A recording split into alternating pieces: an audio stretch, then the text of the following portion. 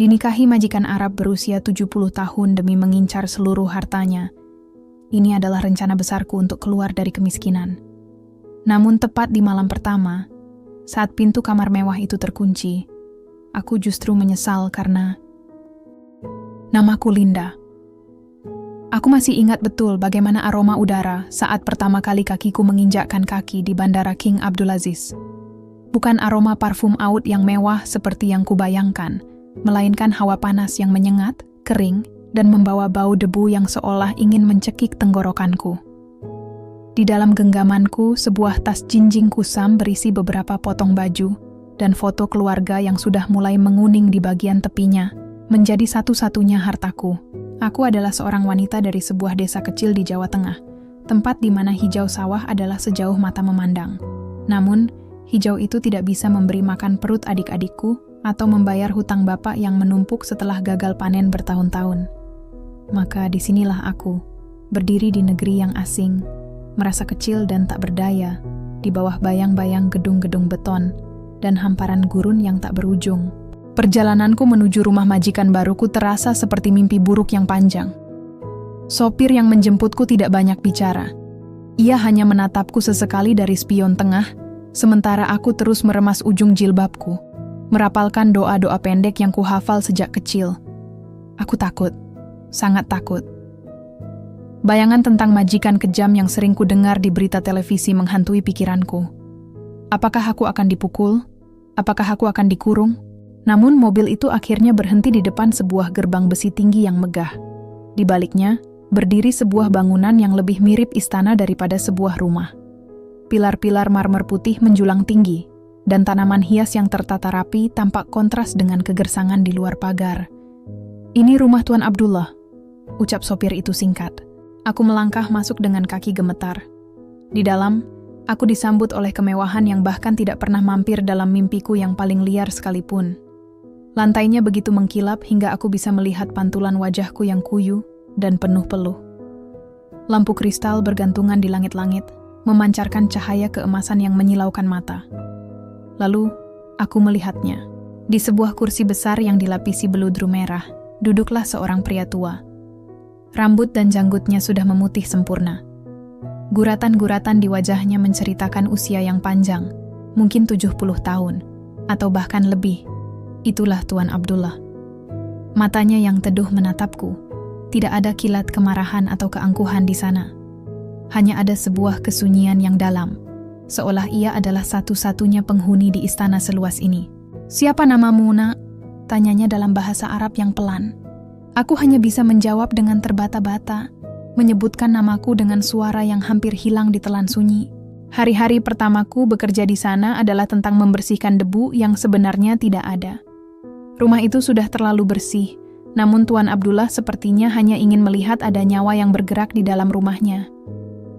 Aku mulai menyadari bahwa di balik tembok-tembok marmer yang dingin ini, tidak ada suara tawa. Istrinya sudah lama tiada, dan anak-anaknya sibuk dengan urusan mereka sendiri di kota-kota besar yang jauh. Setiap malam, sebelum tidur di kamar pelayan yang kecil, namun jauh lebih layak daripada kamarku di desa, aku akan menghitung sisa hutang keluarga di sebuah buku catatan kecil. Angkanya masih besar, sangat besar. Rasa sesak di dadaku tak kunjung hilang. Di satu sisi, aku merindukan aroma tanah basah setelah hujan di desaku, suara adzan dari surau tua, dan tawa adik-adikku saat kami berbagi sepotong tempe. Di sisi lain, aku menatap kemewahan di sekelilingku dengan rasa lapar yang baru. Ada bisikan jahat yang mulai merayap di pikiranku setiap kali aku melihat Tuan Abdullah duduk sendirian di meja makan panjangnya. Pria ini punya segalanya, tapi dia tidak punya siapa-siapa.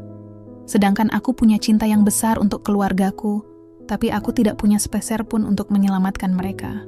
Aku mulai memperhatikan bagaimana Tuan Abdullah menatapku saat aku menyajikan teh jahe kesukaannya. Ada binar yang berbeda di matanya. Sebuah apresiasi yang lebih dari sekadar kepada seorang pelayan. Awalnya aku merasa risih, namun keadaan di kampung halaman semakin mendesak. Ibuku jatuh sakit, dan surat dari rumah menanyakan kapan aku bisa mengirimkan uang lebih. Disinilah egoku mulai retak. Kemiskinan adalah guru yang paling kejam. Ia mengajarimu cara menukar harga diri dengan kelangsungan hidup. Aku mulai merapikan penampilanku lebih dari biasanya. Aku mulai melempar senyum yang sedikit lebih lama saat memberikan obat kepadanya. Aku belajar bicara dengan nada yang lebih lembut, meniru cara wanita-wanita di televisi yang memikat hati pria. Aku tahu apa yang kulakukan. Aku sedang memancing di air yang tenang. Aku sedang menabur benih di tanah yang haus akan perhatian. Tuan Abdullah adalah pria baik, itu jelas. Tapi di mataku saat itu, dia bukan lagi sekadar majikan yang harus kuhormati. Dia adalah jalan pintas.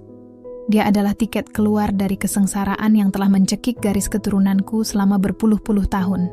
Linda, panggilnya suatu sore saat matahari mulai terbenam, memberikan semburat warna jingga pada pilar-pilar rumah. Apakah kau betah tinggal di sini? Aku menunduk, memainkan jemariku, dan menjawab dengan suara yang dibuat segetir mungkin. Rumah ini indah, Tuan. Tapi hati saya selalu berat memikirkan keluarga di sana yang sedang menderita. Dia terdiam lama, matanya menatap kejauhan gurun di balik jendela. Di saat itulah, aku tahu bahwa kailku telah dimakan. Ada rasa puas yang gelap menjalar di hatiku, bersaing dengan rasa malu yang coba kupadamkan dalam-dalam. Aku telah memutuskan. Jika aku harus menjual sisa masa mudaku untuk emas dan permata ini, maka biarlah begitu. Aku tidak butuh cinta, pikirku saat itu. Aku hanya butuh hidup yang tidak lagi dihantui oleh rasa lapar. Namun, aku tidak pernah menyangka bahwa keputusan yang kuambil sore itu akan menjadi awal dari penjara emosional yang jauh lebih menyesakan daripada kemiskinan manapun di dunia ini. Pasir gurun ini sepertinya mulai menelan mimpi-mimpiku yang murni, menyisakan ambisi yang akan segera kusesali. Matahari di atas langit Arab Saudi tidak pernah kenal kompromi. Namun di dalam istana Tuan Abdullah, suhu udara selalu terjaga sejuk oleh pendingin ruangan yang mendesis halus. Namun, kesejukan itu tidak mampu mendinginkan gejolak di dadaku. Seminggu setelah percakapan di sore itu, suasana di rumah besar ini berubah. Ada ketegangan yang sunyi, seolah-olah udara di antara aku dan Tuan Abdullah telah menebal, berisi kata-kata yang belum terucap, namun sudah bisa kurasakan getarannya. Aku sedang membersihkan rak buku di ruang kerjanya, yang penuh dengan kitab-kitab tua beraroma kulit dan debu sejarah. Tuan Abdullah duduk di kursi kebesarannya, tidak membaca, hanya memperhatikanku. Tatapannya tidak tajam, melainkan penuh pertimbangan, seperti seorang pria yang sedang menimbang-nimbang. Apakah ia sanggup memelihara seekor burung hias yang rapuh di sisa umurnya? Linda, berhentilah sejenak. Suaranya memecah keheningan, berat dan berwibawa, namun ada getaran lelah di sana. Aku meletakkan kemocengku dan berdiri dengan tangan tertangkup di depan perut, kepala menunduk, posisi sempurna seorang pelayan yang patuh. Ya, Tuan. Aku sudah banyak berpikir tentang keluargamu di Jawa. Ia memulai. Jemarinya yang keriput mengetuk meja marmer. Dan aku juga berpikir tentang rumah ini. Rumah ini terlalu luas untuk satu orang tua yang hanya menunggu waktu untuk pulang ke tanah. Degup jantungku mulai berpacu. Aku tahu kemana arah pembicaraan ini, tapi aku tetap memasang wajah polos yang penuh tanda tanya. Inilah akting yang sudah kulatih di depan cermin kamar pelayan semalam. Aku tidak ingin kau hanya menjadi orang asing yang membersihkan debu di sini, lanjutnya.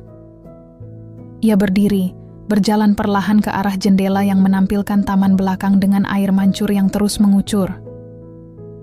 Aku ingin memberimu perlindungan yang sah. Aku ingin kau menjadi istriku. Jika kau bersedia, segala beban keluargamu di desa akan menjadi tanggung jawabku. Kau tidak akan lagi mengirim sisa gajimu, karena aku akan mengirimkan jumlah yang jauh lebih besar dari itu setiap bulan sebagai nafkah untuk mereka. Dunia seolah berhenti berputar sejenak. Meski aku sudah mengharapkannya, mendengar tawaran itu secara langsung terasa seperti dihantam ombak besar.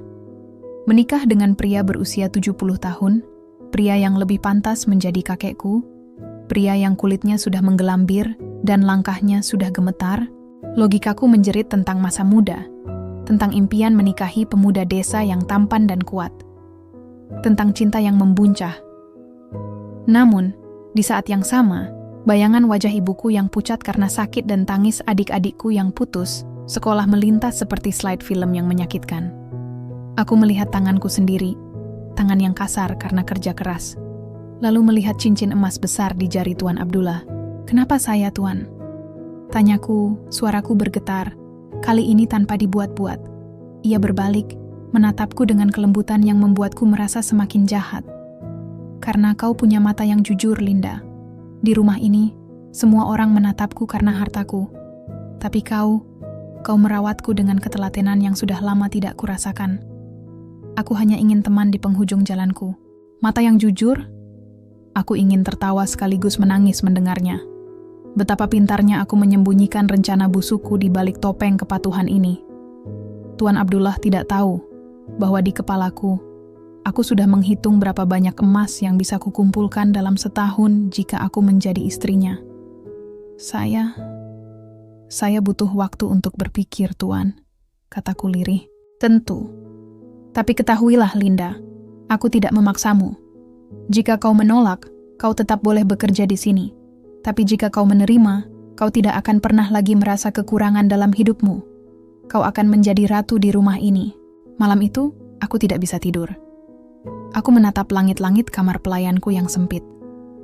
Besok, aku bisa saja pindah ke kamar utama, yang kasurnya selembut awan, dan spraynya dari sutra terbaik. Aku membayangkan diriku pulang ke desa dengan koper penuh perhiasan, membangunkan rumah tembok untuk bapak, dan melihat tetangga-tetangga yang dulu menghina kami, kini bersujud di kaki kami. Harga yang harus kubayar hanyalah satu, menjual perasaanku. Menjual malam-malamku pada pria tua yang tidak kucintai. Aku meyakinkan diriku sendiri bahwa cinta itu tidak mengenyangkan. Cinta tidak bisa membelikan obat untuk ibu. Cinta hanyalah dongeng untuk mereka yang sudah kaya. Keesokan harinya, dengan langkah mantap yang diselimuti kemunafikan, aku menemui Tuan Abdullah di ruang makan. "Tuan," panggilku. Ia menoleh dengan penuh harap. "Saya menerima tawaran Tuan. Saya bersedia menjadi istri Tuan." Ia tersenyum, sebuah senyum lega yang murni.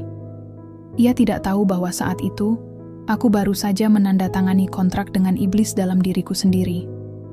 Aku telah memilih mahar sebagai pengganti kebebasanku, dan aku telah memilih emas sebagai pengganti hatiku. Aku tidak menyadari bahwa mahar itu akan berubah menjadi belenggu yang akan menyiksa batinku di babak kehidupan selanjutnya. Kabar itu menyebar seperti api di atas rumput kering. Hanya dalam hitungan hari, statusku di rumah megah ini berubah total. Aku bukan lagi pelayan yang bergelut dengan debu dan kain pel.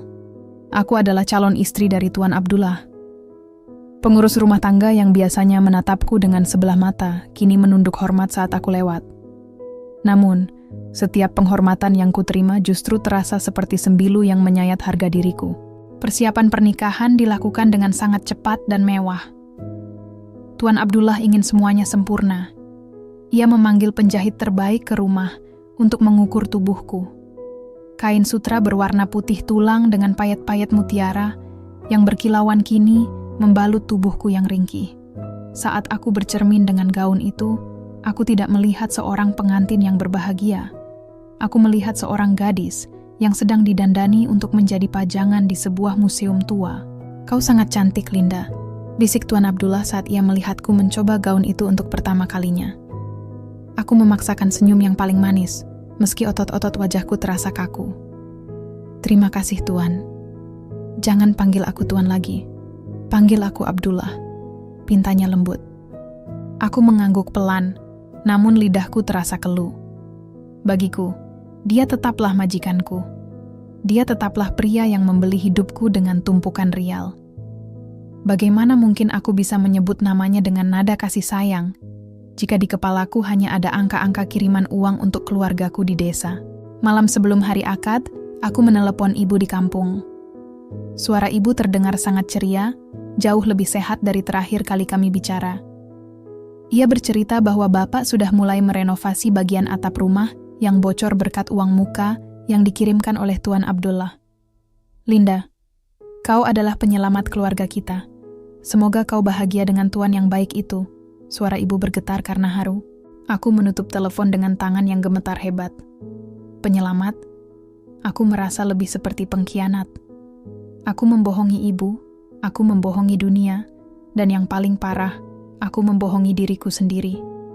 Di bawah bantal, Aku menyimpan buku catatan kecilku. Aku mencoret angka hutang bapak yang kini sudah lunas. Harusnya aku lega, tapi dadaku justru terasa semakin sesak, seolah-olah oksigen di kamar ini telah habis. Hari pernikahan itu akhirnya tiba. Tidak ada pesta besar dengan ribuan tamu, hanya acara sederhana namun sangat berkelas yang dihadiri oleh kerabat dekat Tuan Abdullah dan beberapa kolega bisnisnya. Di sebuah ruangan besar yang harum dengan aroma kemenyan dan bunga melati, aku duduk bersimpuh di balik tirai tipis. Aku mendengar suara Tuan Abdullah mengucapkan janji suci di depan penghulu. Suaranya stabil, mantap, dan penuh keyakinan. Di sisi lain, tanganku berkeringat dingin, meremas kain sutra mahal yang kukenakan hingga kusut. Saat saksi meneriakkan kata sah, dunia seolah runtuh menimpaku. Secara hukum dan agama, aku kini miliknya. Aku adalah istri sah dari seorang pria yang usianya terpaut hampir setengah abad dariku. Setelah akad selesai, Tuan Abdullah menghampiriku.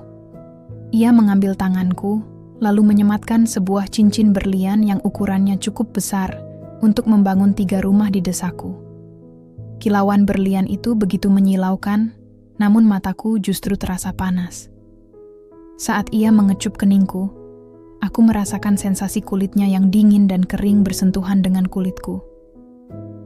Aku memejamkan mata rapat-rapat, mencoba membayangkan pria lain. Mencoba membayangkan bahwa ini hanyalah sebuah mimpi buruk yang akan berakhir saat aku bangun nanti. Namun ini bukan mimpi. Sepanjang acara, orang-orang datang menyalamiku, memberikan ucapan selamat dalam bahasa Arab yang hanya sedikit ku mengerti. Mereka memandangku dengan berbagai macam tatapan.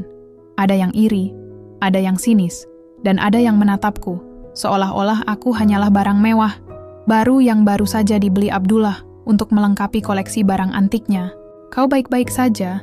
tanya Abdullah, menyadari wajahku yang pucat di balik riasan tebal. "Hanya sedikit pusing, mungkin karena kelelahan," dustaku. Ia mengelus pundakku dengan penuh perhatian. "Segeralah istirahat. Mulai malam ini, kamarmu bukan lagi di belakang. Pelayan sudah memindahkan semua barangmu ke kamar utama." Kata-kata itu, kamar utama, terdengar seperti vonis hukuman mati bagiku. Selama ini, aku bisa melarikan diri ke kamar kecilku setiap kali aku merasa tertekan. Tapi sekarang, tidak ada lagi tempat untuk bersembunyi.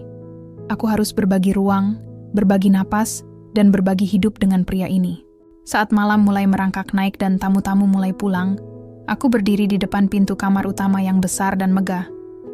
Jantungku berdegup kencang, menghantam rusuhku dengan keras. Aku melihat pantulan diriku di cermin besar di koridor. Seorang wanita muda dengan gaun mewah dan perhiasan berkilau, namun dengan mata yang redup dan mati. Aku telah mendapatkan apa yang kuinginkan. Harta, kemewahan, dan keselamatan finansial untuk keluargaku. Tapi saat aku memegang gagang pintu kamar itu, aku menyadari satu hal yang terlambat kupahami. Aku telah menukar jiwaku dengan tumpukan emas, dan malam ini, aku harus mulai membayar cicilan pertamanya. Pintu kamar utama itu tertutup dengan bunyi klik halus yang terdengar, seperti dentum meriam di telingaku. Aku berdiri mematung di tengah ruangan, yang luasnya mungkin setara dengan seluruh rumah orang tuaku di desa. Wangi dupa gaharu yang mahal menyeruak, memenuhi setiap sudut kamar, mencoba memberikan kesan romantis yang justru terasa mencekik bagiku. Di tengah ruangan, sebuah ranjang besar dengan tiang-tiang ukiran emas berdiri dengan angkuh. Spraynya terbuat dari sutra berwarna merah marun, licin dan dingin. Di sanalah suamiku, pria yang baru beberapa jam lalu menghalalkanku, duduk menanti. Tuan Abdullah, atau sekarang harus kupanggil dengan sebutan yang lebih intim, telah menanggalkan jubah besarnya. Ia hanya mengenakan tobe putih tipis, yang memperlihatkan betapa ringkih tubuhnya di balik usia senja. "Linda, kemarilah. Jangan berdiri di sana seperti orang asing," suaranya lembut. Namun bagiku terdengar seperti perintah yang tak bisa ditawar. Langkahku terasa sangat berat, seolah-olah pergelangan kakiku diikat oleh rantai besi yang tak terlihat. Setiap inci kemewahan di kamar ini, lampu dinding kristal, karpet Persia yang tebal, hingga vas bunga porselen dari abad silam, seolah-olah sedang menertawakanku. "Lihatlah dirimu, Linda," bisik benda-benda itu. "Kau sudah mendapatkan emasmu, Sekarang berikan apa yang mereka minta. Aku duduk di tepi ranjang, menjaga jarak sejauh mungkin yang masih dianggap sopan. Aku menunduk, menatap jemariku yang saling meremas. Cincin berlian itu berkilau tertimpa cahaya lampu, tapi rasanya sangat berat, seolah ingin mematahkan jariku. "Kau takut?" tanya Abdullah. Ia menggeser duduknya mendekat. Aku bisa mencium aroma minyak zaitun dan usia dari tubuhnya. Saat tangannya yang kering dan bergetar menyentuh bahuku, aku tersentak kecil. Sebuah reaksi naluriah yang tidak bisa kusembunyikan. Aku merasa seperti seekor domba yang sedang diperiksa oleh pembelinya. "Maaf, saya belum terbiasa." Suaranya parau, nyaris habis, karena menahan tangis yang entah kenapa ingin meledak. "Aku tahu, aku tidak akan memaksamu melakukan apapun yang tidak kau inginkan, Linda," katanya pelan. Ia mengangkat daguku dengan ujung jarinya, memaksaku menatap matanya yang keruh namun penuh dengan binar kasih yang tidak ku mengerti. "Aku menikahimu bukan untuk menyakitimu. Aku hanya ingin bangun di pagi hari dan melihat ada kehidupan di sampingku." Mendengar itu, bukannya tenang, hatiku justru semakin perih. Ada rasa jijik yang luar biasa menjalar dari ulu hatiku. Bukan jijik kepada Abdullah, tapi jijik kepada diriku sendiri. Aku melihat pria tua ini memberikan ketulusan yang murni, sementara aku berdiri di sini sebagai seorang penipu ulung yang telah menghargai setiap inci tubuhku dengan nominal uang. Malam itu terasa sangat panjang. Abdullah tidak melakukan apa yang kutakutkan. Ia hanya berbaring di sampingku, memegang tanganku dengan sangat erat, seolah-olah aku akan terbang menghilang jika ia melepaskannya sedikit saja. Namun, bagi penjual perasaan sepertiku, kedekatan fisik itu adalah siksaan yang lebih kejam daripada kerja paksa. Setiap kali aku mendengar napasnya yang berat dan sesekali terbatuk karena usia, aku teringat pada kekasih khayalanku di masa depan yang kini harus kukubur dalam-dalam. Aku membayangkan pria muda dengan kulit kencang dan tenaga kuat, lalu aku melihat kenyataan di sampingku. Seorang pria yang mungkin hanya punya sisa waktu beberapa tahun lagi untuk bernapas. "Bodoh. Kau wanita bodoh, Linda. Maki batin pelitku. Kau menukar masa mudamu, malam-malammu, dan rahimmu untuk pria yang sebentar lagi akan menjadi tanah." Aku menatap langit-langit kamar yang dihiasi lukisan awan. Air mata yang sejak tadi kutahan akhirnya luruh, membasahi bantal sutra yang mahal itu. Ternyata benar, kemewahan tidak memberikan kehangatan jika hati sedang membeku. Aku merasa seperti pelacur kelas atas yang legal secara hukum. Aku merasa telah menjual sisa hidupku, hanya agar bapak bisa membangun rumah tembok dan ibu bisa makan enak. Penyesalan itu datang begitu cepat, menusuk tepat di jantungku bahkan sebelum fajar menyingsing. Di malam pertama yang seharusnya menjadi kenangan indah bagi setiap pengantin, aku justru merasa sedang berada di dalam liang lahat yang dilapisi emas. Aku terjaga sepanjang malam, mendengarkan detik jam dinding yang terdengar seperti hitungan mundur menuju kehancuran jiwaku. Saat cahaya pagi mulai merembes masuk dari celah gorden, aku melihat Abdullah masih tertidur pulas dengan senyum tipis di bibirnya. Ia tampak bahagia. Sedangkan aku bangun dengan perasaan hampa yang luar biasa. Aku adalah seorang nyonya sekarang, tapi di dalam cermin kamar mandi, aku hanya melihat seorang pelayan yang kehilangan jati dirinya. Aku telah masuk ke dalam sangkar ini dengan sukarela, tergoda oleh kilau jerujinya yang terbuat dari emas murni. Dan kini, setelah pintu itu terkunci rapat, aku baru menyadari bahwa aku tidak tahu cara untuk bernapas di dalamnya. Statusku telah berubah, namun jiwaku masih tertinggal di kamar pelayan yang sempit di bagian belakang rumah.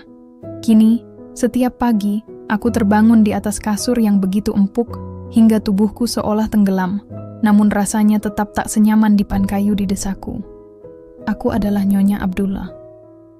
Sebuah gelar yang seharusnya membuat wanita manapun di kampungku bersujud syukur. Tapi bagiku, gelar itu terasa seperti kalung besi yang berat dan dingin. Hari-hariku kini tidak lagi diisi dengan memegang sapu atau membersihkan noda di lantai. Sebagai istri, tugas utamaku hanyalah ada.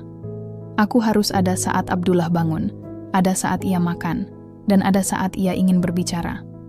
Namun, Kekosongan yang tercipta dari hilangnya rutinitas kerja justru membuat pikiranku liar dan berbisa. "Linda, kemarilah.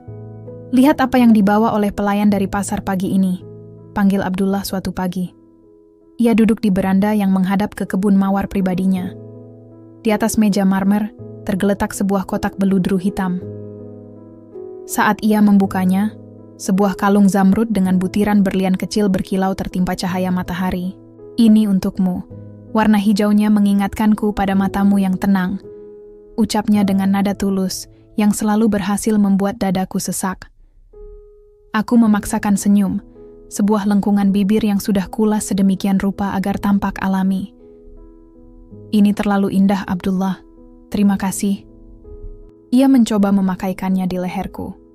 Jemarinya yang gemetar dan berbintik penuaan menyentuh kulit leherku yang masih kencang. Aku menahan napas, berusaha keras agar tidak bergidik. Di dalam kepalaku, aku justru menghitung secara otomatis. Kalung ini bisa membeli 2 hektar sawah di desa. Kalung ini bisa membuat bapak menjadi orang terpandang. Itulah penyakitku sekarang. Aku melihat segala sesuatu melalui kacamata nominal. Kasih sayang Abdullah kuterjemahkan sebagai transaksi, dan perhatiannya kuanggap sebagai bunga dari investasi masa mudaku. Namun, tinggal di dalam istana ini tanpa melakukan apa-apa, ternyata jauh lebih menyiksa daripada bekerja kasar. Aku dilarang masuk ke dapur untuk memasak. Aku dilarang membersihkan kamarku sendiri.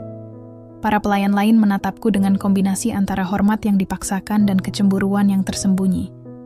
Mereka dulu adalah rekanku, tapi sekarang aku adalah atasan mereka yang tidak tahu harus melakukan apa. "Nyonya, biarkan kami yang melakukannya," ucap Fatimah, seorang pelayan senior, saat aku mencoba merapikan vas bunga. Suaranya datar, tapi matanya bicara lain. Ia seolah berkata, "Kau hanya wanita beruntung yang menjual wajahmu pada lelaki tua ini." Aku masuk ke dalam kamar dan mengunci pintu. Di sanalah, di balik kemewahan yang sunyi, aku sering menangis tanpa suara. Aku merasa seperti barang antik yang dibeli Abdullah hanya untuk menghiasi sudut rumahnya yang sepi. Aku merasa tidak berguna. Rasa bersalah mulai merayap pelan, seperti kabut yang menutupi hatiku. Abdullah terlalu baik, itulah masalahnya. Jika saja ia adalah pria kasar dan kejam, mungkin aku bisa membenarkan kebencianku. Jika saja ia memperlakukanku seperti budak, aku punya alasan untuk melarikan diri. Namun, ia memperlakukanku dengan sangat terhormat. Ia mendengarkan ceritaku tentang Jawa dengan antusiasme seorang anak kecil. Ia memastikan semua kebutuhanku terpenuhi, bahkan sebelum aku memintanya. Suatu malam, saat ia sedang terbatuk-batuk kecil di sofa, aku mendekatinya untuk memberikan air hangat. "Kenapa kau begitu baik padaku?" tanyaku. Pertahanan batin yang kubangun selama ini sedikit retak. Ia menatapku, matanya yang mulai kabur mencari mataku. "Karena di dunia ini, Linda, sangat sedikit orang yang mau menemani pria tua yang sudah bau tanah seperti aku tanpa mengharapkan apa-apa. Kau meninggalkan negaramu, keluargamu, dan masa mudamu untuk di sini.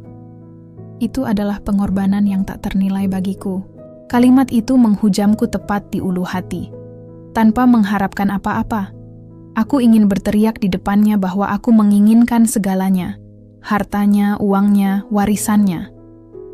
Aku ingin mengaku bahwa setiap senyumku adalah palsu, dan setiap perhatianku adalah bagian dari rencana besar untuk mengamankan masa depanku. Namun, kata-kata itu hanya tertahan di tenggorokan. Aku hanya bisa tertunduk, membiarkan rambutku menutupi air mata yang mulai jatuh. Abdullah mengira tangisanku adalah tanda haru, padahal itu adalah tangis kehancuran harga diri. Aku merasa seperti tawanan di dalam penjara emas. Dinding-dinding rumah ini mulai terasa menyempit, membisikkan kata penipu setiap kali aku melangkah. Kemewahan yang dulu sangat kuidamkan kini terasa, seperti beban dosa yang mulai membuat punggungku bungkuk.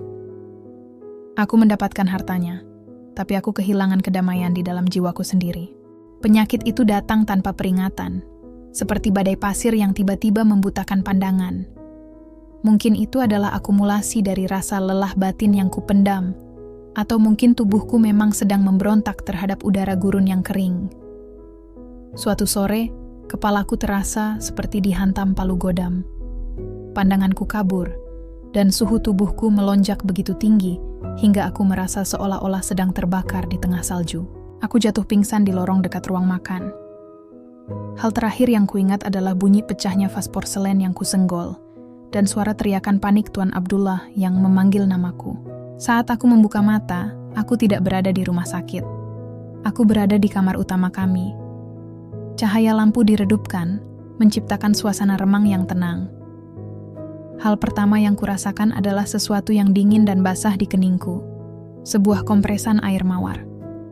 Dan hal kedua yang kusadari adalah keberadaan seseorang di samping tempat tidurku. Itu Tuan Abdullah. Ia tidak duduk di kursi jauh di sana. Ia duduk di tepi ranjang.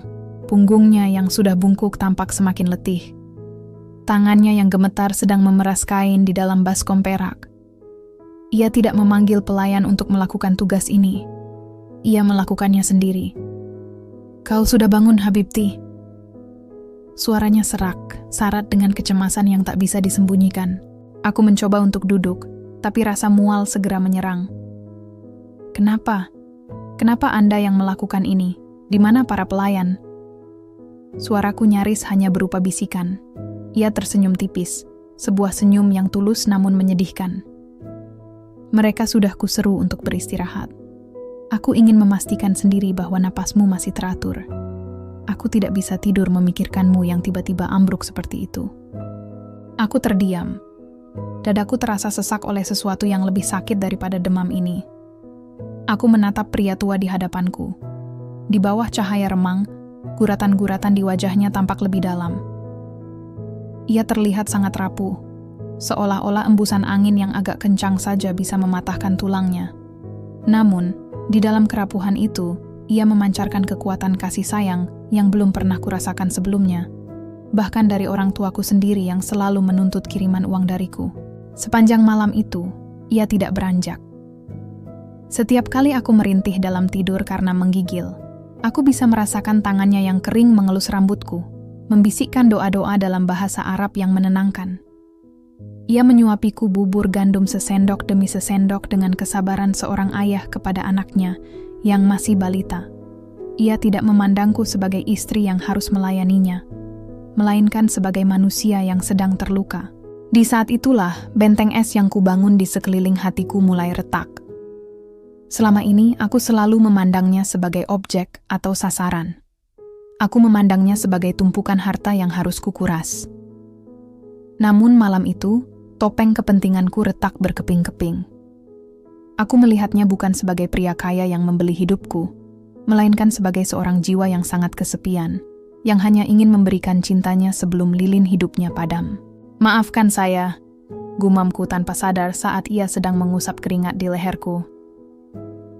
"Maaf untuk apa?" tanyanya lembut. "Untuk semuanya. Untuk menjadi beban." Aku berbohong, meski sebenarnya nuraniku ingin meneriakkan bahwa aku minta maaf karena telah menipunya dengan cinta palsu. "Kau bukan beban, Linda. Kau adalah cahaya di sisa senjaku. Sejak kau datang, rumah ini tidak lagi terasa seperti kuburan mewah. Kau memberiku alasan untuk tetap membuka mata setiap pagi," ucapnya sambil menggenggam tanganku. Genggaman itu terasa berbeda malam ini. Bukan lagi terasa seperti belenggu yang mengikatku, melainkan seperti jangkar yang menahanku agar tidak hanyut dalam arus rasa bersalah yang semakin deras. Untuk pertama kalinya sejak menginjakan kaki di Arab Saudi, aku tidak memikirkan berapa harga perhiasan di leherku atau berapa saldo di rekening bank keluargaku. Aku hanya merasakan sentuhan manusiawi yang begitu murni. Ketulusan Abdullah justru menjadi hukuman yang paling berat bagiku. Jika dia jahat, aku bisa dengan mudah membencinya. Tapi karena dia sangat baik, setiap senyumannya terasa seperti sembilu yang menyayat nuraniku. Aku mulai merasa berdosa, sangat berdosa. Bagaimana mungkin aku tega menipu pria setulus ini? Bagaimana mungkin aku tega memalsukan rasa kasih demi harta duniawi yang tidak akan kubawa mati? Malam itu, di tengah suhu tubuh yang perlahan turun, hatiku justru mulai memanas oleh api penyesalan. Aku menyadari bahwa aku bukan lagi seorang tawanan di penjara emas. Aku adalah sipir bagi diriku sendiri yang mengunci hatiku dalam kegelapan hanya karena silau oleh kemewahan. Saat aku akhirnya tertidur karena pengaruh obat, aku memegang tangan Abdullah dengan sedikit lebih erat. Bukan karena instruksi, tapi karena ada secercah rasa kasih yang mulai tumbuh di antara reruntuhan ambisiku. Setelah sembuh dari demam itu, ada sesuatu yang bergeser secara permanen di dalam dadaku. Aku tidak lagi melihat rumah megah ini sebagai sekadar deretan angka-angka kekayaan. Namun, perubahan itu justru membawa siksaan baru. Rasa bersalah yang akut. Setiap kali aku bangun di pagi hari dan melihat wajah tenang Abdullah yang sedang membaca Al-Quran di kursi goyangnya, aku merasa seperti pencuri yang sedang berdiri di dalam rumah ibadah. Aku mulai mencoba membalas kebaikannya. Bukan karena aku ingin memancing hartanya lebih banyak lagi. Kali ini benar-benar berbeda. Aku ingin menebus rasa bersalahku. Aku mulai memasakkan makanan kesukaannya, kapsa dengan aroma rempah yang kuat, meski para pelayan sempat memandangku heran. Aku yang biasanya enggan menyentuh kakinya, kini mulai telaten memijat sendi-sendinya yang kaku setiap malam dengan minyak zaitun hangat. Linda, kau tidak perlu melakukan ini semua. Ada banyak pelayan yang bisa kau perintah, ucapnya suatu malam saat aku sedang bersimpuh di dekat kakinya. Aku mendongak, menatap matanya yang teduh. Saya ingin melakukannya, Abdullah. Saya ingin menjadi istri yang sebenarnya untukmu. Kata-kata itu keluar begitu saja dari bibirku. Namun, sesaat setelah mengucapkannya, hatiku mencelos. Istri yang sebenarnya, batinku mencemooh. Aku tahu bahwa di balik pengabdianku yang baru ini, masih ada lubang besar berisi kebohongan. Aku merasa seperti seorang aktor yang terlalu mendalami peran, hingga lupa di mana batas antara akting dan kenyataan. Setiap kali ia memuji kelembutanku, aku merasa seolah-olah ia sedang memuji sebuah lukisan indah yang sebenarnya menyimpan bangkai di baliknya. Konflik batin ini membuatku mulai menarik diri dari kemewahan yang dulu sangat kugilai. Aku mulai jarang memakai perhiasan emas pemberiannya. Aku lebih memilih memakai gamis katun sederhana. Aku merasa semakin aku memakai hartanya, semakin tebal noda dosa yang melekat di kulitku. Suatu hari, aku menerima surat dari rumah di Jawa. Ibuku bercerita tentang betapa bangganya tetangga-tetangga kami karena aku telah menjadi istri orang kaya di Arab. Mereka menyebutku beruntung. Mereka menyebutku sukses. Ibu juga meminta tambahan uang untuk membelikan bapak sebuah motor baru. Aku meremas surat itu hingga lusuh. Aku merasa mual. Sukses? Beruntung? Mereka tidak tahu bahwa setiap rupiah yang kukirimkan adalah hasil dari sebuah transaksi perasaan yang tidak adil. Mereka tidak tahu bahwa anak perempuan mereka ini sedang sekarat karena kemunafikan. Untuk pertama kalinya, aku tidak segera mengirimkan uang. Aku merasa uang itu kotor. Aku merasa sedang menjual setiap inci kebaikan hati Abdullah kepada keluargaku di desa. Ada apa, Linda? Kenapa wajahmu murung setelah membaca surat itu? Tanya Abdullah, yang tiba-tiba sudah berdiri di ambang pintu. Aku terperanjat, buru-buru menyembunyikan surat itu di balik punggungku. Bukan apa-apa, hanya rindu rumah. Ia berjalan mendekat. Langkahnya yang terseret terdengar memilukan di lantai marmer. Ia memegang pundakku dengan lembut. Jika kau rindu, kita bisa pulang ke sana bersama-sama saat kesehatanku membaik. Atau, kau ingin mengundang keluargamu ke sini. Kebaikan itu seperti tamparan di wajahku. Bagaimana mungkin pria ini begitu memikirkan kebahagiaanku, sementara aku hanya memikirkan bagaimana caranya agar ia tidak tahu bahwa awalnya aku hanya menginginkan hartanya? Tidak usah. Mereka baik-baik saja di sana. Jawabku cepat. Suaraku sedikit meninggi karena panik. Abdullah terdiam sebentar, menatapku dengan tatapan yang sulit diartikan. Ada kesedihan yang sekilas lewat di matanya. Namun ia segera menutupinya dengan senyuman. Baiklah. Tapi ingatlah, apapun yang kau butuhkan, apapun yang bisa membuat hatimu tenang, katakan padaku. Semua yang kumiliki adalah milikmu juga. Malam itu, aku tidak bisa memejamkan mata. Aku berdiri di depan cermin besar di kamar mandi, menatap pantulan diriku sendiri. Aku benci melihat wanita di dalam cermin itu. Wanita itu tampak cantik dengan perawatan mahal, tapi matanya menunjukkan jiwa yang pengecut. Aku ingin sekali berlari ke kamar Abdullah, bersimpuh di depannya, dan berteriak. Aku menikahimu karena uang. Aku berbohong padamu. Aku tidak pantas mendapatkan semua ini, tapi aku hanya diam. Ketakutan akan kehilangan keamanan, dan ketakutan akan menyakiti pria tua yang rapuh itu membuatku tetap bungkam. Aku terjebak dalam lingkaran setan kemunafikan. Rasa sayang yang mulai tumbuh di hatiku justru membuat kebohonganku terasa 1000 kali lebih berat. Aku merasa seperti sedang membangun istana di atas pasir. Semakin tinggi bangunan itu, semakin banyak kebaikan yang kulakukan, semakin dalam pula ia akan tenggelam saat kebenaran itu akhirnya terungkap. Aku mulai menyadari bahwa harta memang bisa membeli kenyamanan, tapi ia juga bisa menjadi tirai yang menutupi kejujuran. Dan di rumah megah ini, di antara emas dan permata, aku sedang perlahan-lahan mati dalam kesunyian topengku yang mulai retak. Angin gurun berdesir di luar jendela, membawa butiran pasir halus yang mengetuk-ngetuk kaca, seolah-olah ingin memperingatkanku tentang sesuatu yang akan segera runtuh. Siang itu, Tuan Abdullah sedang pergi ke masjid untuk menunaikan salat dan bertemu dengan beberapa kerabat lamanya. Aku sendirian di rumah, terjebak dalam keheningan istana yang terasa semakin menyesakkan setiap harinya. Entah dorongan apa yang membawaku ke ruang kerjanya. Ruangan itu biasanya tertutup rapat, penuh dengan aroma kertas tua dan kayu gaharu yang pekat. Aku hanya ingin merapikan meja kerjanya yang tampak sedikit berantakan. Sebuah alasan yang kubuat-buat untuk menutupi rasa gelisahku sendiri. Namun, saat aku menyusun tumpukan dokumen di atas meja mahogani itu, pandanganku tertuju pada sebuah map kulit berwarna coklat gelap yang sedikit terbuka. Di sudut kanan atas, tertulis namaku dalam kaligrafi Arab yang indah, Linda. Jantungku berdegup kencang, menghantam dinding dadaku dengan liar. Dengan tangan yang gemetar hebat, aku menarik kertas di dalamnya. Itu adalah draft surat wasiat yang sedang disusun oleh pengacaranya.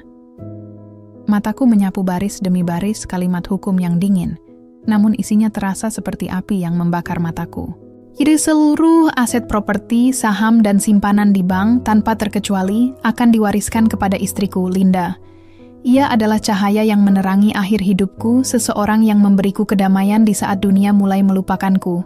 Aku terduduk lemas di kursi besarnya. Nafasku memburu. Bukannya merasa menang atau bahagia karena tujuanku sejak awal hampir tercapai, aku justru merasa mual yang luar biasa. Kalimat cahaya yang menerangi akhir hidupku terasa seperti sebuah hinaan yang paling tajam bagi jiwaku. Cahaya, aku bukan cahaya. Aku adalah kegelapan yang berpura-pura menjadi fajar. Aku adalah wanita yang menghitung hari kematiannya agar bisa segera pulang membawa koper berisi emas. Bagaimana mungkin pria sehebat ini begitu buta terhadap busuknya niatku? Bagaimana mungkin ia memberikan segalanya kepada seseorang yang bahkan tidak berani menatap matanya dengan jujur? Di bawah draft wasiat itu, ada secarik kertas kecil yang ditulis tangan oleh Abdullah sendiri. Tulisannya agak cakar ayam, tanda bahwa tangannya sudah sangat sulit digerakkan saat menulisnya. Untuk Lindaku, tulisnya. Aku tahu kau sering menangis di balik pintu kamar. Aku tahu hatimu seringkali merindukan sesuatu yang tidak bisa kuberikan, masa muda dan kebebasan. Maafkan pria tua ini karena telah membelenggumu dalam pernikahannya. Harta ini bukanlah upah, melainkan permohonan maafku, agar kau bisa hidup tanpa beban saat aku sudah tidak ada lagi nanti. Aku menutup mulutku dengan kedua tangan untuk meredam tangis yang meledak hebat. Kertas itu basah oleh air mataku yang tumpah tak terbendung. Dia tahu. Selama ini dia tahu. Dia merasakan kesedihanku. Dia menyadari ketidaksanggupanku untuk mencintainya. Namun ia tetap memilih untuk mencintaiku dengan cara yang paling mulia. Memberikan perlindungan, bahkan setelah ia tiada. Rasa bersalah yang selama ini hanya berupa kabut tipis, kini berubah menjadi badai yang menghancurkan segalanya. Aku merasa sangat kerdil. Aku merasa seperti parasit yang telah menghisap kebaikan dari inang yang paling tulus. Seluruh perhiasan yang kupakai, gaun sutra yang membalut tubuhku, dan janji warisan yang terpampang di depan mataku, tiba-tiba kehilangan nilainya. Semua itu kini terasa seperti beban dosa yang sangat berat, sesuatu yang akan menyeretku ke dasar neraka paling dalam. Linda, kenapa kau di sini, sayang? Aku tersentak dan berbalik. Abdullah sudah berdiri di ambang pintu, bersandar pada tongkat kayunya. Ia menatapku dengan tatapan yang penuh kasih, tanpa sedikit pun kemarahan meski aku telah lancang menyentuh dokumen pribadinya. Aku tidak bisa berkata-kata. Aku ingin bersujud di kakinya, mengaku bahwa aku adalah iblis yang menyamar menjadi malaikat. Aku ingin memohon agar ia mencoret namaku dari wasiat itu, karena aku tidak pantas menerima satu keping koin pun darinya. Aku hanya merapikan meja ini. Suaraku hilang, tertutup isak tangis yang tertahan di tenggorokan. Ia berjalan mendekat. Setiap langkahnya terdengar seperti detak jantung yang melambat. Ia mengusap pipiku dengan ibu jarinya yang kasar. Jangan menangis. Semua yang ada di sini akan menjadi milikmu. Aku hanya ingin kau bahagia, meski mungkin kebahagiaan itu baru kau temukan saat aku sudah pergi. Kata-katanya justru membuatku semakin hancur. Aku menyadari bahwa harta yang dulu sangat ku kejar, kini menjadi penjara yang sesungguhnya. Aku terperangkap dalam ketulusannya yang tak terbatas. Pada saat itu, aku menyadari sebuah kebenaran pahit. Tidak ada kemiskinan yang lebih mengerikan daripada memiliki segalanya, namun kehilangan kehormatan di depan nurani sendiri. Malam itu, aku tidur di sampingnya bukan lagi karena kewajiban atau karena emas. Aku memeluk lengannya yang kurus dengan rasa sayang yang murni, bercampur dengan penyesalan yang membara. Aku baru saja menyadari bahwa aku mulai mencintainya, justru di saat aku menyadari betapa jahatnya aku padanya selama ini. Setelah penemuan surat wasiat itu, hidupku berubah menjadi sebuah panggung sandiwara yang menyiksa. Aku merasa seperti orang yang sedang sekarat, karena menelan duri. Setiap kata manis yang kuucapkan terasa menusuk-nusuk tenggorokanku sendiri. Aku tidak bisa lagi memandang kemewahan di sekelilingku tanpa merasa mual. Setiap pilar marmer, setiap benang emas pada gorden, seolah-olah berteriak kepadaku, "Penipu, kau tidak pantas berada di sini." Aku memutuskan bahwa aku harus bicara. Aku harus mengakui segalanya kepada Abdullah. Aku tidak peduli jika ia akan mengusirku, mencabut seluruh warisannya, atau bahkan menjebloskan aku ke penjara karena penipuan. Aku hanya ingin satu hal, kedamaian bagi nuraniku yang sudah terlalu lama berkarat. Malam itu, bulan menggantung rendah di atas langit gurun, pucat dan kesepian. Abdullah duduk di kursi favoritnya di balkon, menatap hamparan bintang yang berkerlap-kerlip. Udara malam terasa dingin, tapi keringat dingin di telapak tanganku jauh lebih terasa membekukan. "Abdullah," panggilku lirih. Suaraku bergetar, nyaris hilang ditelan angin malam. Ia menoleh, wajahnya yang renta tampak sangat tenang di bawah cahaya bulan. "Ya, Linda, kau tampak gelisah sejak tadi siang. Ada apa?" Aku berjalan mendekat dan berlutut di samping kursinya. Aku memegang tangannya yang terasa sedingin es. Ada sesuatu yang harus saya katakan. Sesuatu yang sudah lama menyiksa saya. Saya tidak ingin menyimpan rahasia ini lagi. Meski mungkin setelah ini Anda akan membenci saya selamanya. Ia tidak tampak terkejut. Ia hanya menatapku dengan kelembutan yang menyakitkan. "Bicaralah, Linda. Aku mendengarkan." Aku menarik napas dalam-dalam, mencoba mengumpulkan keberanian yang tersisa. Saat saya pertama kali setuju menikah dengan Anda, itu bukan karena saya melihat Anda sebagai seorang pria yang ingin saya cintai. Saya melakukannya karena saya silau oleh harta Anda. Saya melakukannya demi uang untuk keluarga saya di Jawa. Saya telah menjual perasaan saya untuk semua kemewahan ini. Saya adalah wanita jahat yang memanfaatkan kesepian Anda. Air mata mulai mengalir deras di pipiku. Aku menunduk, tidak sanggup melihat kemarahan atau kekecewaan yang mungkin akan muncul di matanya. Aku menunggu bentakan. Aku menunggu ia menarik tangannya dengan jijik. Namun, Yang terjadi justru sebaliknya. Abdullah menghela napas panjang. Sebuah helaan napas yang terdengar seperti kelegaan yang mendalam. Ia justru meremas tanganku dengan lebih erat. "Linda, lihat aku." Aku mendongak perlahan dengan mata sembab. "Kau pikir aku sebodoh itu?" Tanyanya dengan senyum tipis yang getir. "Aku sudah hidup selama 70 tahun, Nak.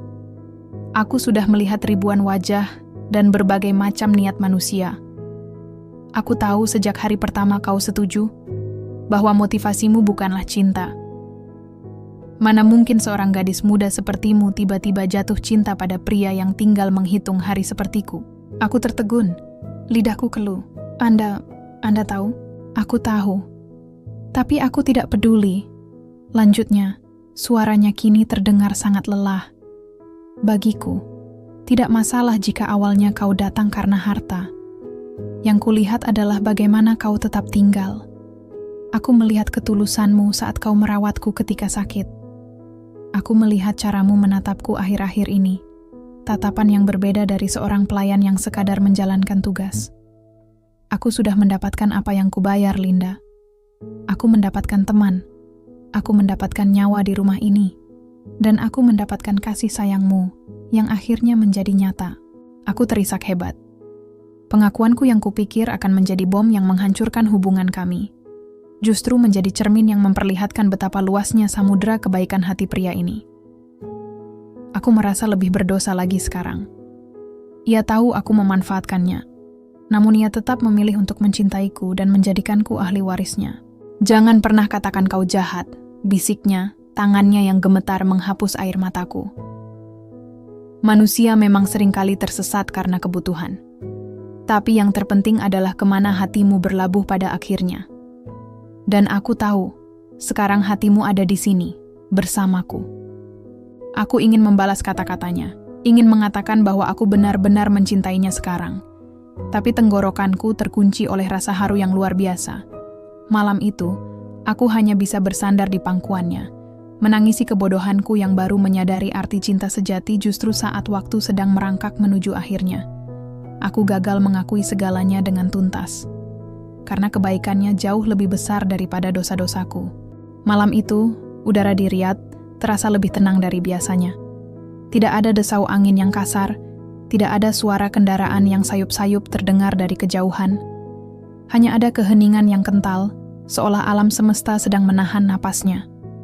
Aku berbaring di samping Abdullah, mendengarkan detak jam dinding yang beradu dengan suara napasnya yang pendek dan teratur. Beberapa jam sebelumnya, ia tampak sangat cerah. Ia memintaku membacakan surat-surat dari ibuku di Jawa sekali lagi. Ia tersenyum mendengar kabar bahwa adik bungsu segeraku sudah mulai masuk sekolah menengah. "Pastikan mereka menjadi orang hebat, Linda," bisiknya sebelum kami mematikan lampu. "Harta bisa hilang, tapi ilmu adalah warisan yang akan menjaga mereka selamanya." Aku tertidur dengan sisa-sisa kehangatan dari genggaman tangannya. Namun, sekitar pukul 3 dini hari, aku terbangun oleh sebuah firasat yang dingin. Ada sesuatu yang ganjil di dalam kamar ini. Kesunyian itu terasa terlalu mutlak. Aku tidak lagi mendengar bunyi napasnya yang berat, dan sesekali terputus oleh batuk kecil. "Abdullah?" panggilku lirih. Tidak ada jawaban. Hanya ada kegelapan yang menyelimuti kamar luas itu. Aku menyalakan lampu kecil di samping tempat tidur. Cahaya temaram itu jatuh tepat di wajahnya yang tenang. Ia berbaring miring menghadapku, matanya terpejam rapat, seolah-olah ia sedang memimpikan sesuatu yang sangat indah. Tangannya yang dingin berada tepat di samping tanganku, hanya terpaut beberapa senti. Aku menyentuh lengannya. Dingin. Dingin yang belum pernah kurasakan sebelumnya. Sebuah dingin yang bukan berasal dari suhu ruangan, melainkan dingin yang menandakan bahwa api kehidupan di dalamnya telah sepenuhnya padam. "Abdullah, bangunlah. Ini belum subuh." Suaraku mulai gemetar. Aku mengguncang bahunya pelan, lalu semakin keras. "Abdullah, jangan bercanda. Kumohon bangun." Tangisku pecah saat aku mendekatkan telingaku ke dadanya. Tidak ada detak. Tidak ada gerakan. Pria yang telah memberiku segalanya, pria yang memaafkan kemunafikanku, Dan pria yang telah mengajariku arti ketulusan telah pergi. Ia pergi dalam tidurnya, dengan wajah yang begitu damai, tanpa sempat mendengar ucapan terima kasihku yang paling jujur untuk terakhir kalinya. Aku jatuh terduduk di lantai marmer yang dingin. Rasa sesak yang luar biasa menghantam dadaku, lebih menyakitkan daripada saat aku kelaparan di desa, atau saat aku merasa berdosa dulu. Inilah kehilangan yang sesungguhnya. Aku tidak menangisi hilangnya harta atau kemewahan. Aku menangisi perginya satu-satunya manusia yang memandang jiwaku melampaui segala topeng yang kupakai. Kenapa sekarang? Raungku dalam sunyi. Kenapa saat aku baru saja mulai mencintaimu dengan benar? Penyesalan itu datang kembali, kali ini dengan kekuatan yang menghancurkan. Aku teringat semua detik-detik di mana aku menatapnya dengan rasa benci. Semua saat di mana aku menghitung hartanya, sementara ia sedang menghitung doa-doa untuk kebahagiaanku. Kini, saat aku siap mengabdikan seluruh hidupku untuk menebus kesalahanku, Tuhan memanggilnya pulang. Aku merasa seperti seorang pelaut yang baru menemukan arah kompas tepat saat kapalnya mulai tenggelam. Segala emas di rumah ini, segala berlian di jemariku, dan segala angka di surat wasiat itu tiba-tiba terasa seperti sampah. Mereka tidak bisa menarik napas kembali ke dalam paru-paru Abdullah.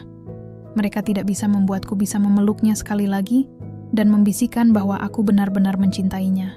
Pagi itu, saat cahaya fajar menyelinap di balik gorden, cahaya yang selalu ia sebut sebagai kehadiranku, aku menyadari bahwa aku kini sendirian di istana ini.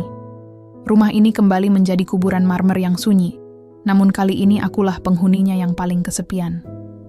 Abdullah telah pergi membawa pemaafannya, meninggalkanku dengan beban warisan yang kini terasa seperti tumpukan batu yang harus kupikul seumur hidupku. Cahaya di sisa senjanya telah padam, dan aku tertinggal dalam kegelapan penyesalan yang tak akan pernah bisa kubayar dengan koin emas manapun di dunia. 2 hari setelah pemakaman Abdullah yang khidmat namun sepi, aku duduk di ruang tamu utama. Rumah ini terasa begitu asing tanpa langkah kaki suamiku yang terseret-seret atau aroma minyak zaitun yang biasanya menguar dari tubuhnya. Di hadapanku duduk Mr. Al-Fayyad, pengacara keluarga yang tampak kaku dengan koper kulit hitamnya. Ia mengeluarkan beberapa lembar dokumen dan sebuah amplop putih yang terlihat sudah agak lusuh. Nyonya Linda, suaranya berat, memecah kesunyian yang mencekam. Tuan Abdullah meninggalkan pesan khusus untuk Anda. Ia meminta saya memberikannya tepat setelah masa berkabung pertamamu selesai. Dengan tangan gemetar, aku menerima amplop itu. Di atasnya tertulis namaku. Untuk cahayaku, Linda. Aku membukanya perlahan. Di dalamnya bukan berisi sertifikat tanah atau rincian saldo bank, melainkan selembar surat dengan tulisan tangan Abdullah yang semakin lemah di bagian akhir. Linda, istriku yang baik, surat itu bermula. Saat kau membaca ini, aku mungkin sudah kembali ke pelukan Sang Pencipta. Jangan menangis terlalu lama. Rumah ini sudah terlalu sering mendengar isak tangis di balik pintu, dan aku ingin kau mulai belajar tertawa lagi. Aku menggigit bibir bawahku, menahan ledakan emosi yang menyesakkan dada. Aku menulis ini untuk membebaskanmu. Aku tahu, pernikahan ini awalnya adalah sebuah transaksi bagimu. Aku tahu kau merasa berhutang budi, merasa berdosa, dan merasa terperangkap dalam emas yang kuberikan. Tapi ketahuilah Linda, aku tidak pernah menganggapmu sebagai barang yang kubeli. Aku memandangkanmu sebagai kesempatan kedua yang diberikan Tuhan untuk merasakan kehangatan sebelum aku berpulang. Seluruh harta yang kini jatuh ke tanganmu bukan untuk mengikatmu di sini. Gunakanlah untuk membeli kembali kebebasanmu yang dulu terpaksa kau jual demi keluargamu. Pulanglah ke desamu jika itu yang kau inginkan. Bangunlah apapun yang ingin kau bangun. Jangan biarkan harta ini menjadi beban dosa, karena aku memberikannya dengan rida yang paling tulus. Anggaplah ini sebagai upah dari Tuhan atas kesabaranmu menemani pria tua yang membosankan ini. Aku merosot ke lantai, memeluk surat itu di dadaku. Tangisku pecah, lebih hebat dari saat ia menghembuskan napas terakhirnya. Penyesalan yang kurasakan kini mencapai puncaknya. Ia bukan hanya memaafkanku, tapi ia telah merencanakan pembebasanku, bahkan sebelum aku sempat memintanya. Ia tahu bahwa hatiku selalu tertinggal di Jawa, di antara sawah-sawah hijau dan kemiskinan yang jujur, dan ia tidak pernah berniat menahanku selamanya dalam penjara emas ini. Nyonya, Mr. Fayad menyela lembut. Tuan juga meninggalkan instruksi khusus untuk penjualan sebagian aset di sini jika Anda memutuskan untuk kembali ke Indonesia. Ia ingin memastikan transisi hidup Anda semudah mungkin. Aku menatap pengacara itu dengan mata sembab. Dia benar-benar merencanakan segalanya untukku, bukan? Beliau sangat mencintai Anda, Nyonya. Dengan caranya sendiri, jawabnya singkat. Kini aku menyadari bahwa harta ini adalah simbol dari sebuah pengorbanan yang luar biasa. Abdullah tidak memberikan uang, ia memberikan sisa hidupnya agar aku memiliki masa depan yang lebih baik. Namun, justru karena kemurahan hatinya itulah, aku tidak bisa menikmati harta ini sendirian. Setiap sen yang ada di rekening ini, kini terasa seperti tetesan keringat dan cinta dari pria yang telah kusakiti dengan niat busukku di masa lalu. Aku berdiri, mengusap air mataku, dan menatap ke arah jendela yang menghadap ke gurun. Aku tahu apa yang harus kulakukan. Aku akan pulang, tapi bukan untuk menjadi nyonya kaya yang pamer kemewahan. Aku akan membawa pulang cinta Abdullah yang belum sempat kubalas secara utuh. Aku akan mengubah emas-emas ini menjadi sesuatu yang abadi, sesuatu yang akan membuat namanya tetap hidup di tanah kelahiranku. Aku berdiri di sebuah gundukan tanah hijau yang menghadap langsung ke arah hamparan sawah di desaku. Udara di sini tidak panas menyengat seperti di Riyadh. Di sini, angin membawa aroma tanah basah dan pucuk-pucuk padi yang baru tumbuh. Namun, meski aku telah kembali ke tempat yang dulu sangat kurindukan, ada sesuatu yang telah hilang selamanya dari dalam diriku. Aku tidak lagi Linda yang dulu. Gadis ambisius yang rela menukar nuraninya demi kepingan emas. Di belakangku, berdiri sebuah bangunan kokoh namun bersahaja. Cat dindingnya berwarna putih bersih, dengan halaman luas tempat anak-anak yatim kini bisa berlari dengan tawa yang lepas. Di atas pintu masuk, sebuah papan kayu jati berukir rapi terpampang nyata. Panti Asuhan Cahaya Abdullah. Setelah melalui proses hukum yang panjang di Arab Saudi, aku memutuskan untuk menjual sebagian besar properti dan perhiasan yang diwariskan kepadaku.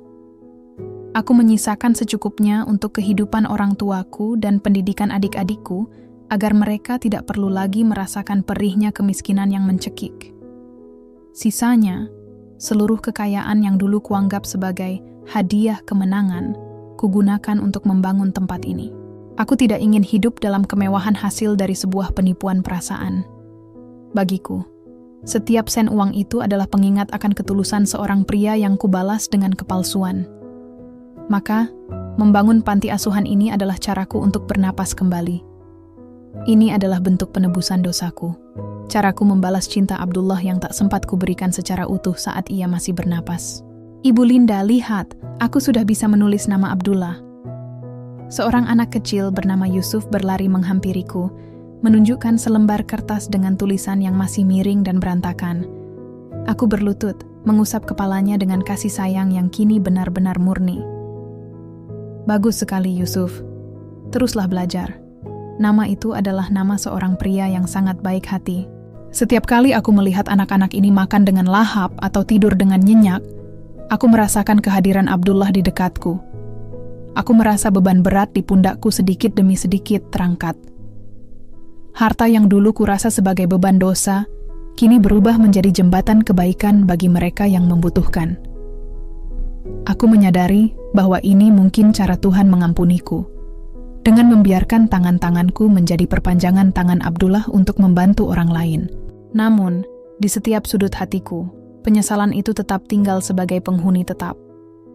Ada sebuah luka yang tidak akan pernah benar-benar sembuh. Rasa sakit karena baru menyadari bahwa aku sangat mencintainya tepat di saat ia sudah tiada.